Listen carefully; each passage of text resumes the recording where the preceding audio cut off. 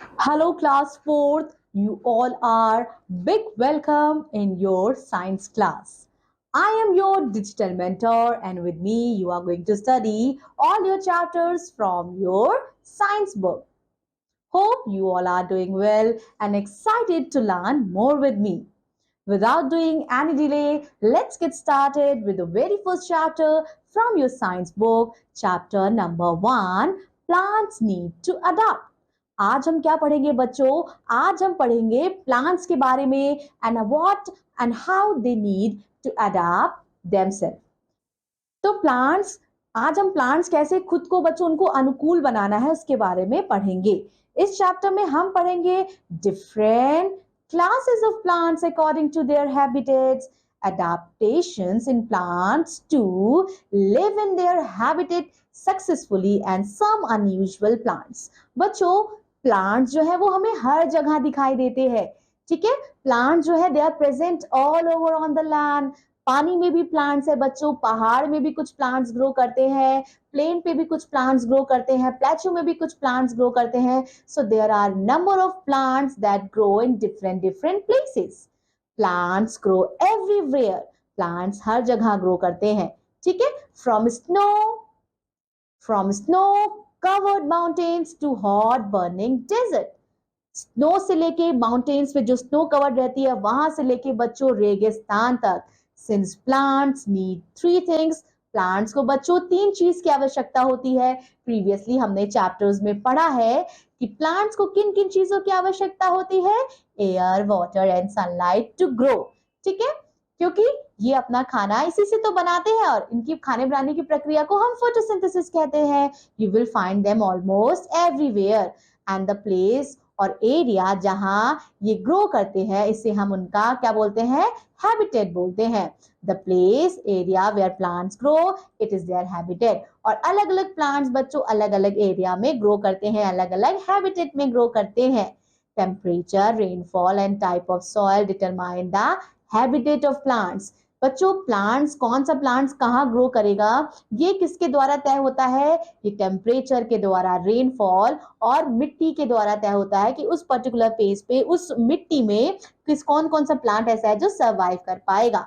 Plants have very special features that enable them to adjust to their habitats. Now, the adjustment of plants to their habitat, plant जैसे खुद को अपने आप को बच्चों अनुकूल बनाते हैं, एडजस्ट करते हैं, उसी को हम एडाप्टेशन बोलते हैं। On the basis of their habitat, plant जो है वो टू मेन ग्रुप में डिवाइड है। प्लांट्स जो कहाँ रहते हैं? प्लांट्स बच्चों जो आपके लैंड पे ग्रो करते हैं और प्लांट जो आपके पानी में ग्रो करते हैं। चलिए अब इनके बारे में डिटेल में पढ़ते हैं। Plants that grow on land, अब हम ऐसे प्लांट्स के बारे में पढ़ेंगे बच्चों जो भूमि पर, जमीन पर उगते हैं।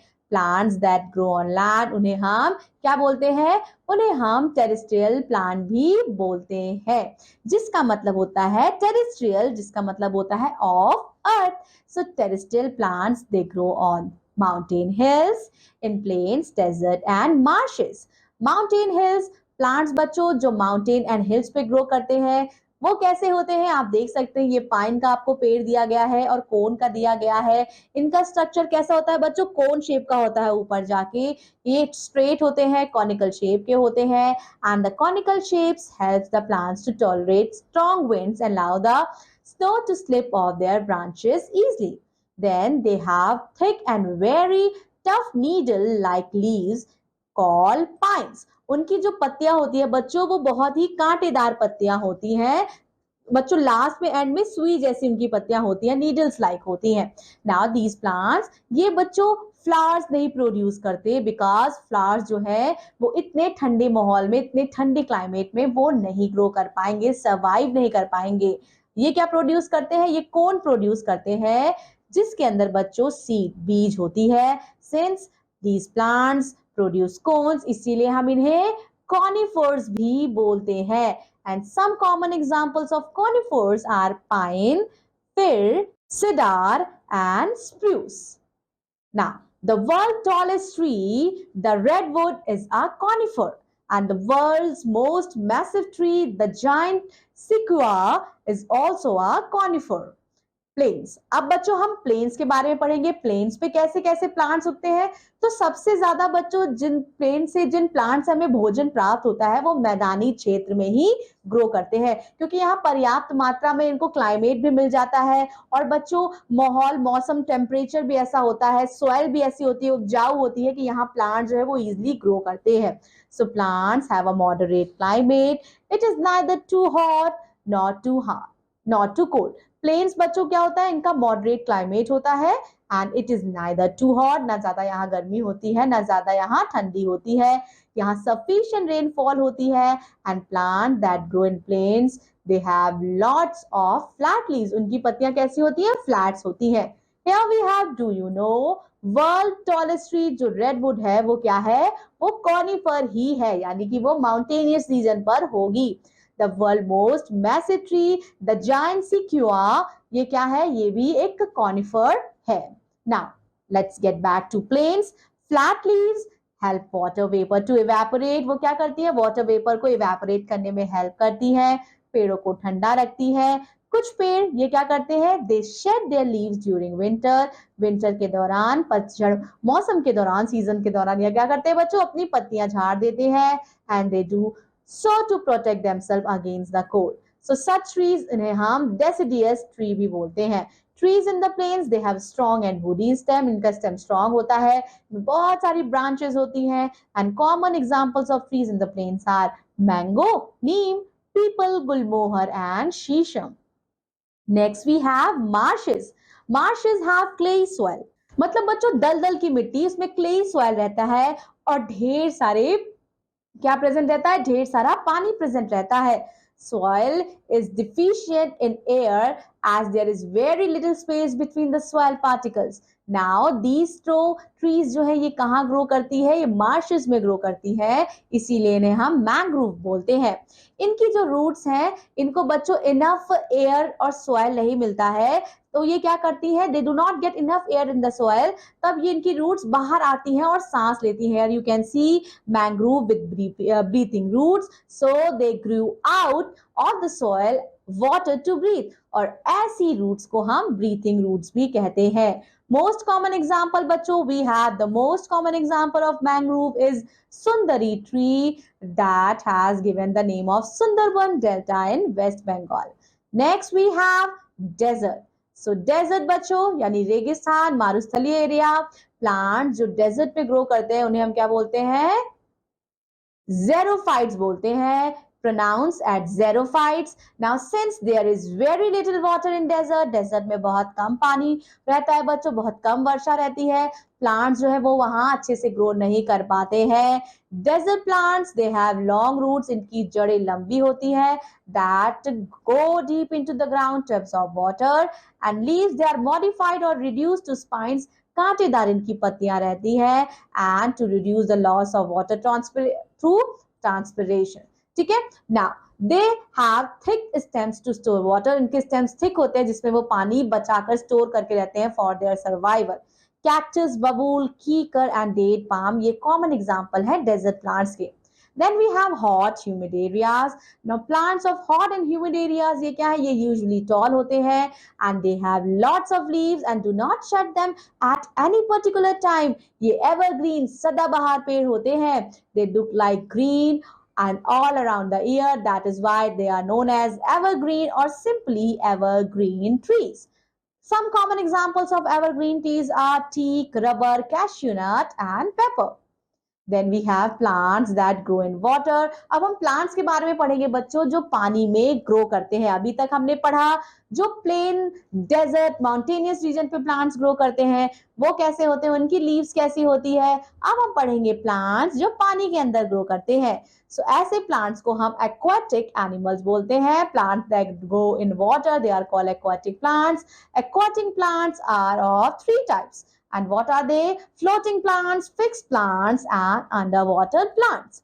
Here we have floating plants. So floating plants are either light or small in size. ये हल्के होते हैं बच्चों। Here we have Wolfia and water hyacinth. They have spongy stems. इनका stems कैसा होता है?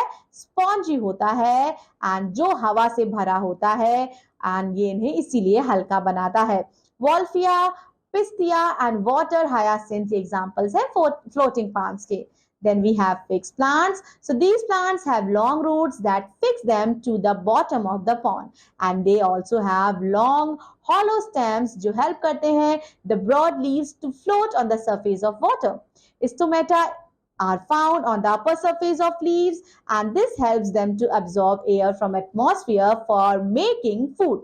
Lotus and water lily ये common examples है बच्चों of fixed plants, and the stems of lotus कमलकारी ये यूज होता है टू मेक टेस्टी डिशेस. अब बच्चों हम पढ़ेंगे अंडर वाटर प्लांट जो पूरी तरह से मर्ज होते हैं बच्चों. So these plants they are attached to the bottom of the pond जहां इनकी रूट्स बच्चों पानी में रहती है. And their leaves and the stems ये बहुत ही फ्लेक्सिबल होते हैं और ये इजीली मूव करते हैं बच्चों in the direction of the flow of water current. पानी का बहाव जिस तरह से होता है जिस तरफ होता है ये उसी तरफ मूव करते हैं.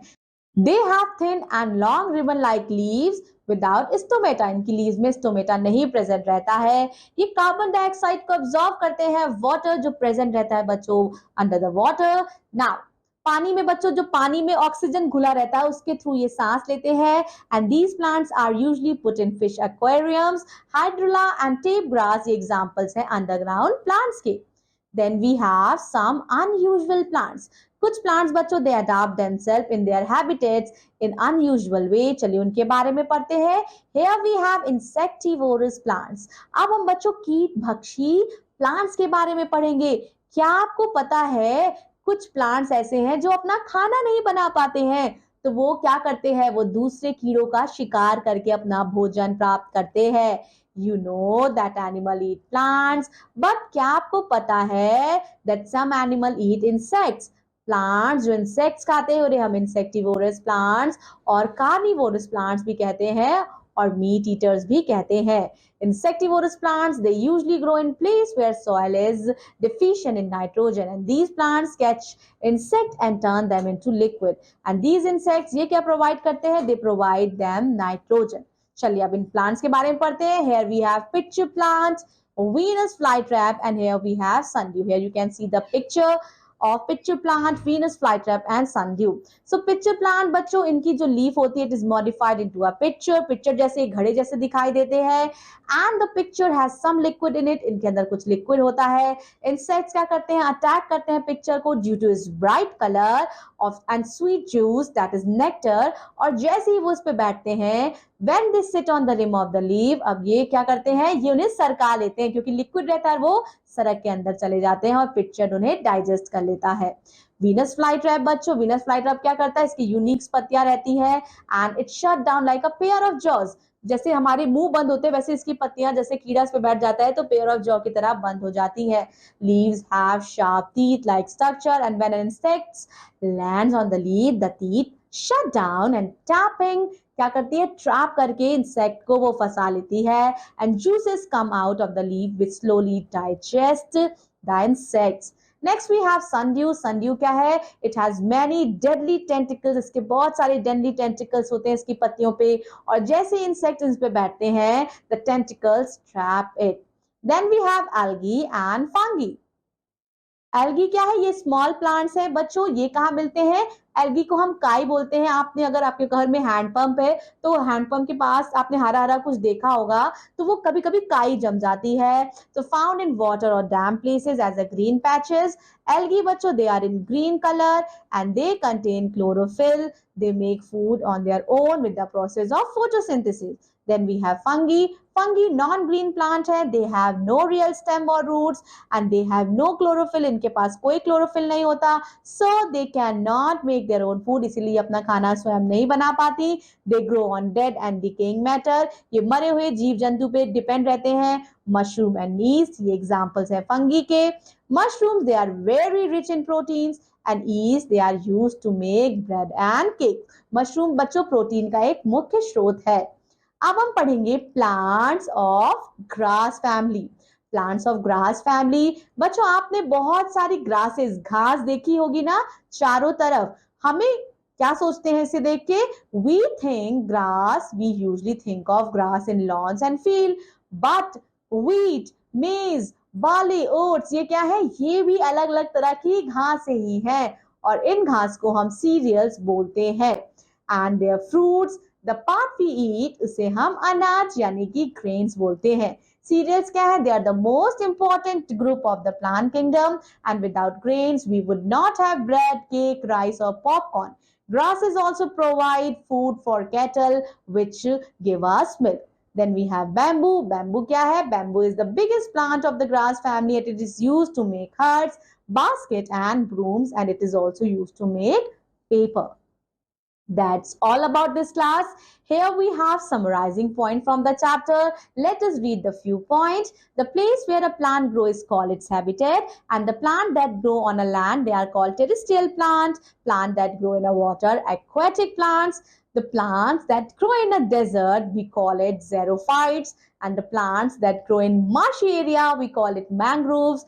The plant that eat insects, they are insectivorous, and the plants that give us food grains belong to grass family. That's all about this chapter. Revise the chapter properly and I'll be meeting you in another science class. Till then, take care of yourself, keep on learning and keep on exploring. Bye bye.